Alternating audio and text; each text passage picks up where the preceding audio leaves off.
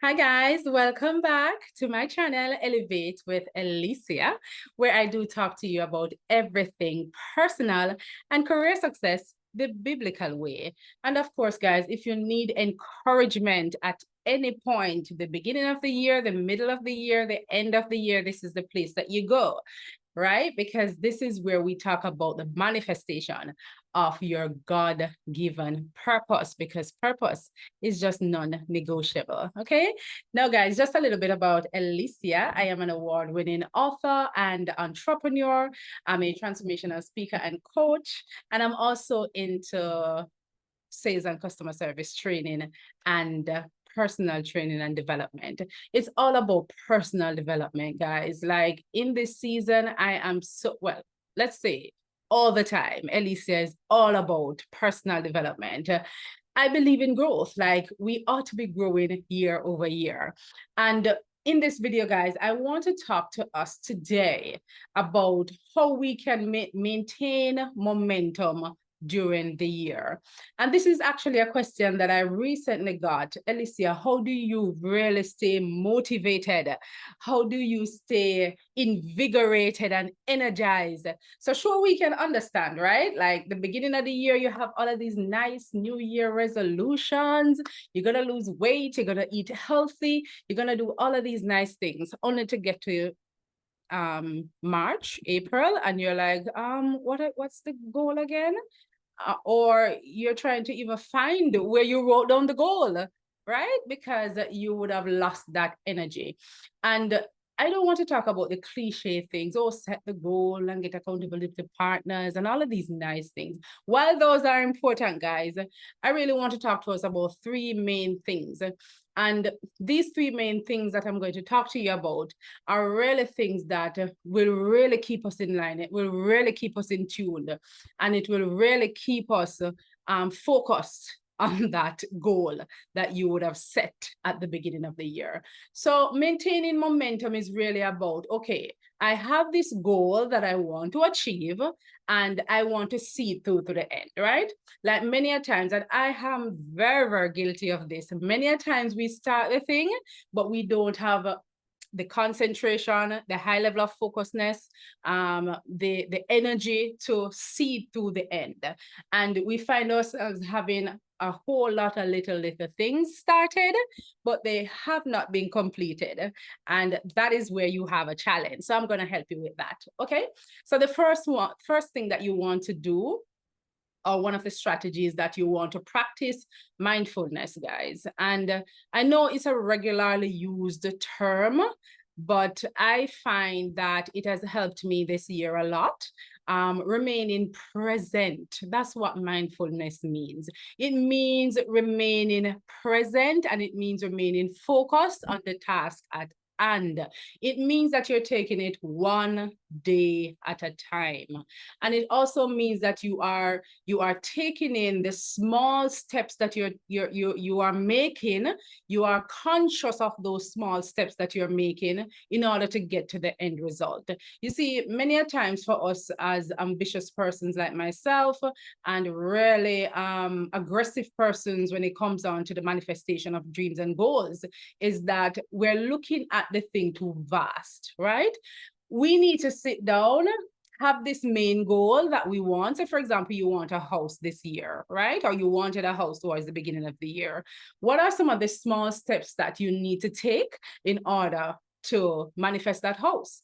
Now, we know that you're going to need the deposit, right? So you need to start tightening up on your savings. Do you have that account? Do you name that account? Have you been actively putting money towards that account? Have you gone to NHT to look about your qualification process? Have you done the numbers? There are some small things that you would have needed to do in order to remain consistent, in order to remain mindful, in order to remain focused. And what happens is that mindfulness and that reflection that you're doing on a daily basis, as you keep your goals top of mind, I call it, will allow you to remain focused on the task at hand. And not only that, you are being strategic as well as it relates to numbering the things that you have to do and actively ticking them off, as you would have aligned the things underneath that big goal that you would have needed to do on a daily basis to get to that goal, right? Now, when it comes down to mindfulness, mindfulness also includes reflection, right? So you want to ensure that you're looking at the consistent progress that you have made. So you're sitting today and you're looking at, okay, what did I do yesterday? And what I started yesterday, did I complete it? You're looking at what are some of the challenges that you had yesterday or a week ago? What are some of the experiences that you have? And what are some of the things that you can now do to ensure that you have overcome the challenges as they exist currently? So practicing mindfulness is very important. And the reason why I have this as number one, guys, is that distractions are hitting us left, right, and center. I'm sure you will agree. We are distracted. We are bombarded with so many things. Our phones is there. The computer is there. You know, the television is there. You know, you head out on the road. There are negatives bombarding you. And so what is happening with your mindset is that all of this negative energy and flow of negativity into your mind, into your spirit, actually drains your energy. And that is why a lot of persons say that even if you're watching the news, my dear, you need to limit that intake. Why? Because we really can take so much and no more. Our bodies, our minds can take so much and no more without getting drained to the point where you would have lost the focus, you would have lost the energy to really manifest those dreams and those goals. So my first tip would have been to, at the end of the day, find somewhere quiet, sit where you can relax, and do some reflection and be present to the moment. If you're at work, be present at work. When you come home and you are with the kids, be present with the kids. When you are sitting down to do your reflection, be present to that. Many a times we are doing something, but our minds are elsewhere.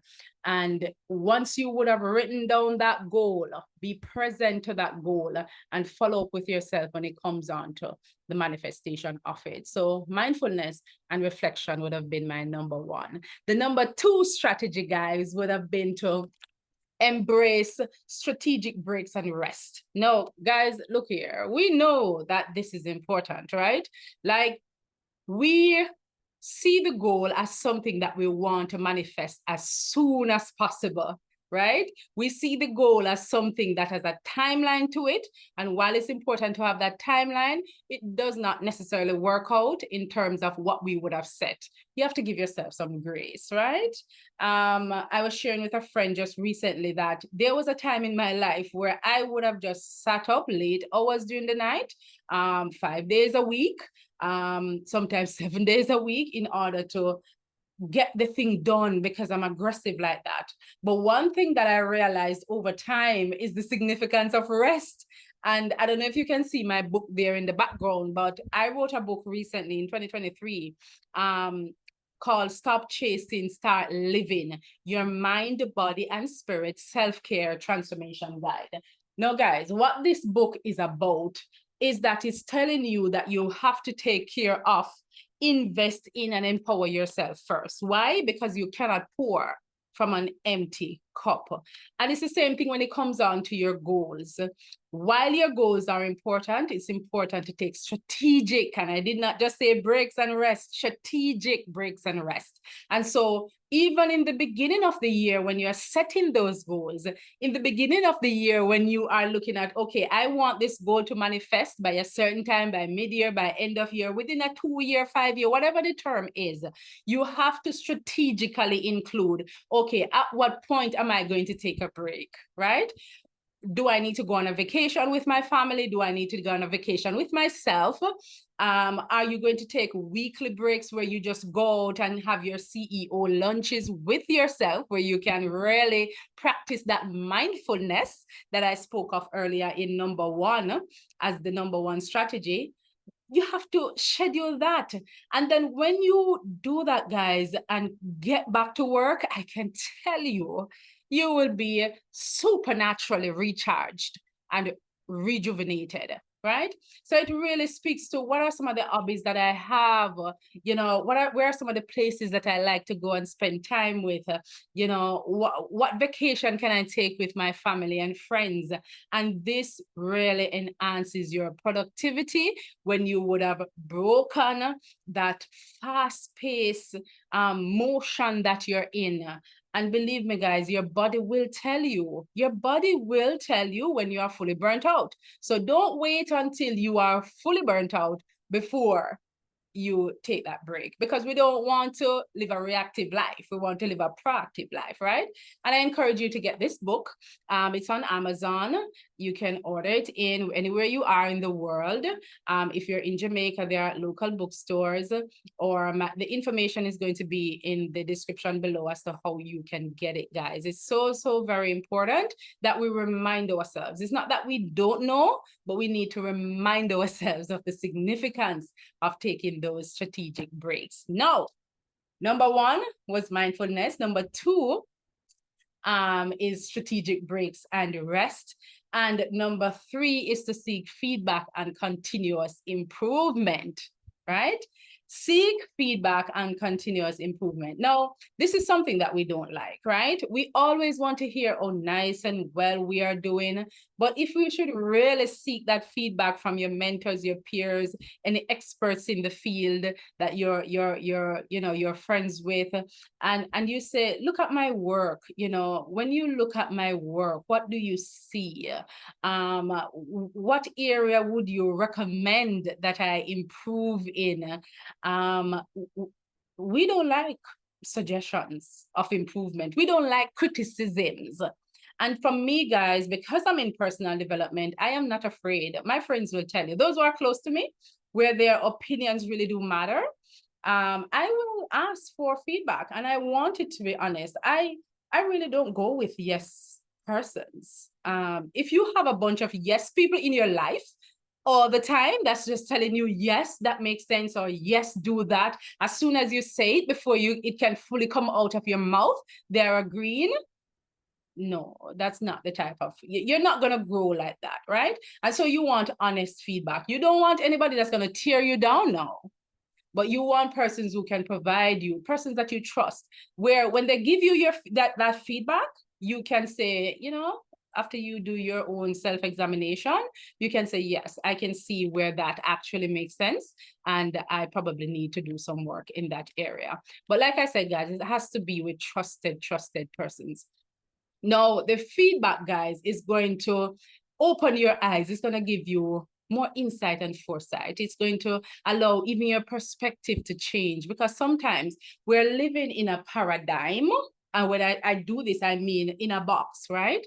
Where we are restricted to that paradigm, or to that environment, to that atmosphere that has become our norm. And so there are times when you need to entertain the opinions of others so that you can adjust your perspective and you can see where there's a blind spot. And of course, if you are the type of person like myself who values constructive criticism, that will keep you in a state of motivation. And of course, guys, continuous improvement, I said it at the intro of this video, continuous improvement is necessary. Why? Because we are human beings. No human being, if you can tell me of one human being that you know of that wants to remain stagnant, then I want to meet that person, right? Because we are naturally wired to want to grow. We're naturally wired to want to improve. We're naturally wired to want to develop. And where there is stagnation comes frustration. And where there is frustration comes kind of oppression. I mean, there's a ripple effect, yeah? And so what we want to do in this season, guys, and that is what this video is about, you want to maintain momentum, but you want to maintain momentum in a peaceful way and not a pop-down way. There's a term that I used in this book called peaceful progress as opposed to pop-down progress. We don't want pop-down progress in this season.